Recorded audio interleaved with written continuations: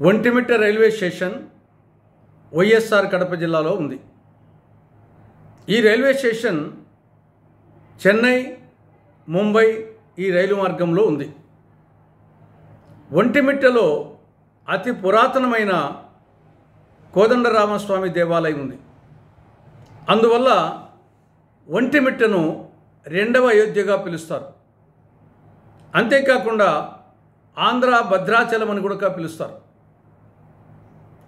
రాష్ట్ర విభజన అనంతరము రాష్ట్ర ప్రభుత్వం శ్రీరామనవమి ఉత్సవాలను అధికారపూర్వకంగా ఒంటిమిట్ట కోదండరామస్వామి దేవాలయంలో నిర్వహిస్తూ ఉంది.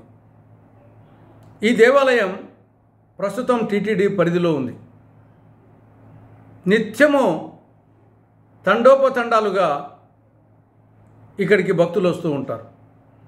ప్రత్యేకించి శ్రీరామనవమి సందర్భంగా విశేష సంఖ్యలో భక్తులు వస్తూ ఉంటారు.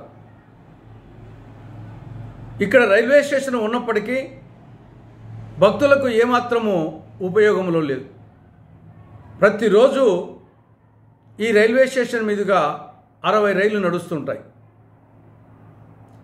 కానీ దురదృష్టవశాత్తు ఈ 60 రైళ్లలో కేవలం 2 ప్యాసింజర్ రైళ్లు మాత్రమే నిలుస్తాయి ఇక్కడ. అవి కూడా ప్యాసింజర్ రైలు. ఒకటి కడప అరక్కోణం ప్యాసింజర్ రైలు, రెండవది అరక్కోణము కడప ప్యాసింజర్ రైలు.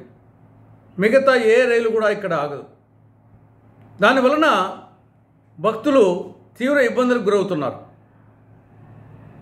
కాబట్టి ఈ సందర్భంగా ఈ నేపథ్యంలో కాంగ్రెస్ పార్టీ అటు కేంద్ర రైల్వే శాఖకు, రాష్ట్ర ప్రభుత్వానికి, టీటీడీకి విజ్ఞప్తి చేస్తూ ఉంది.